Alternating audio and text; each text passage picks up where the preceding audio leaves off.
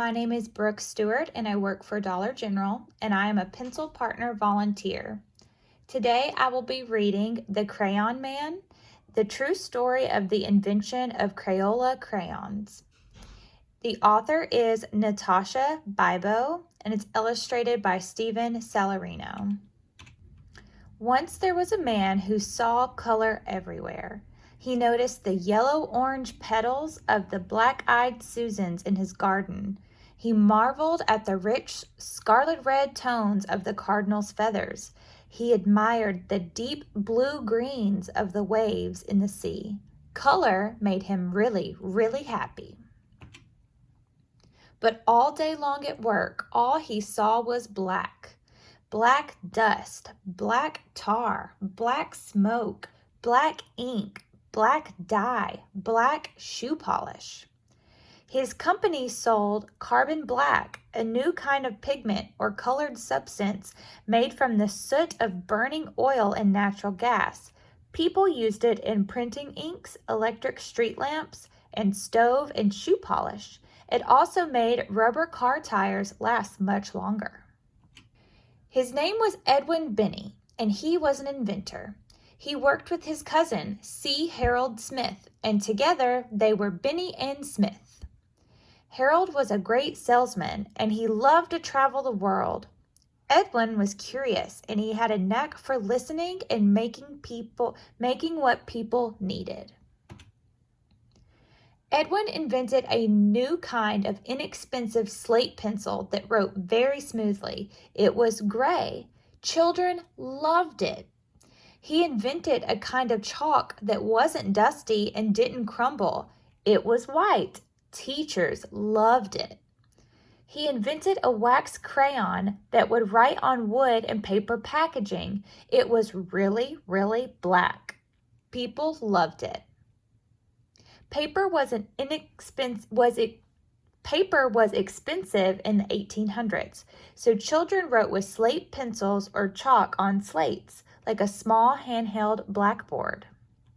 So, when everyone, including Edwin's wife Alice, told him that children needed better, cheaper crayons, he listened.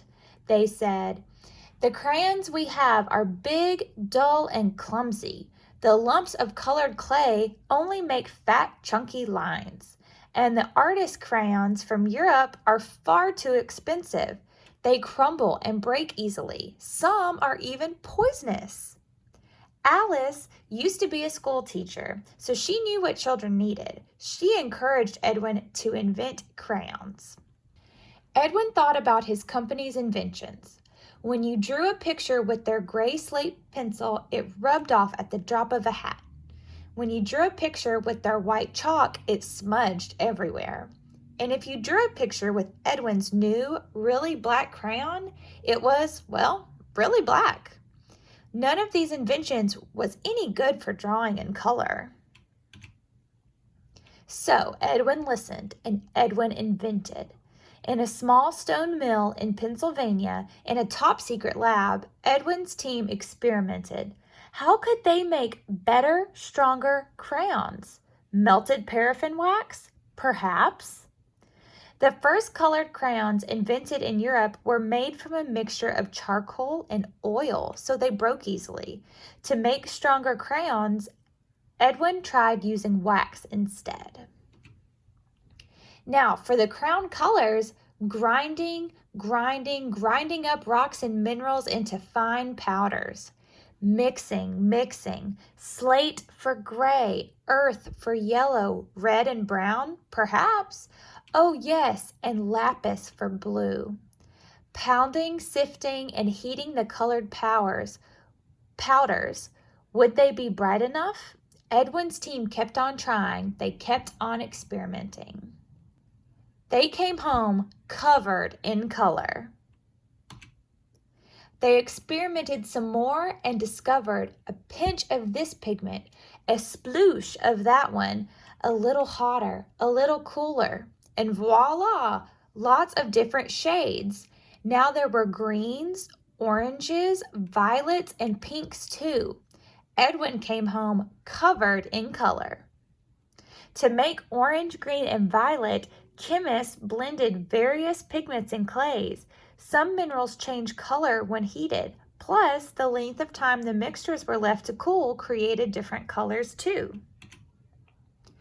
In a large tub at the mill, Edwin's team measured out the ingredients: melted wax, clay to thicken, something for texture, colored powders, each in just the right amount every time to make a top secret formula. Carefully, slowly, stirring by hand, they poured the special formula into a thin, crayon-shaped molds, smaller than any other inventor's, just the right size for children's hands. The mixture cooled and hardened. Edwin watched and Edwin waited. Children might eat or chew the crayons and get sick, so Edwin's team experimented to find new, safe, non-toxic colors and materials. Finally, one summer evening in June 1903, Edwin came home covered in color and announced he'd invented a new kind of colored crayon. But what should he call it? Alice had an idea. She said, let's mix the French word cray for a stick of chalk and the word ola from the word oleaginous, meaning oily like the oily texture of the crayon wax, to invent a new word. Crayola, Crayola, Edwin listened. Barney and Smith shipped out the first Crayola crayon boxes. Red, orange, yellow, green, blue, violet, brown, and black. 8 colored crayons for only a nickel. Edwin waited. Would children like them? Children did, and now they could draw a tiny green caterpillar or the big blue sky. Their drawings wouldn't smudge and they wouldn't rub out. They were bright and could last a long, long time. By the 1900s, inventors had figured out how to make cheaper paper from wood pulp, so children could now draw on paper instead of just slate. Excitement over the new colorful invention spread like wildfire. Admirers from far and wide flocked to marvel at Benny and Smith's invention at the St. Louis World's Fair. The company's dustless chalk even won a gold medal. Proudly, Edwin and Harold showed it off, especially on their new Crayola crayon boxes. Every day, Edwin brought colorful bouquets from his garden to inspire the Crayola team. They made crayons in even more shades and later asked children to help name some of them. To celebrate their 90th anniversary, Crayola held a color naming competition. The 6-year-old winner coined Tropical Rainforest. Other color names created by children included Robin's Egg Blue, Tickle Me Pink, and Macaroni and Cheese. At last, because of Edwin Benny, the man who saw color everywhere, who had a knack for listening and making what people needed, children all around the world could now reach for just the right shade. Sunglow, Wisteria, Jungle Green, Screamin' Green, Razzmatazz, Robin's Egg Blue, Wild Watermelon, Marvelous, Purple Mountain's Majesty, Cadet Blue, Lavender, Timberwolf, to draw anything.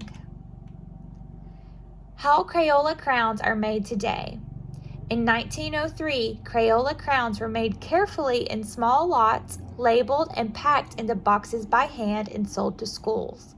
Today, machines produce an average of 12 million crayons a day. That's over 8,333 crayons a minute in more than 120 different colors. They are sold in over 80 countries around the world. And there is a picture of Edwin Benny. Hope you had fun.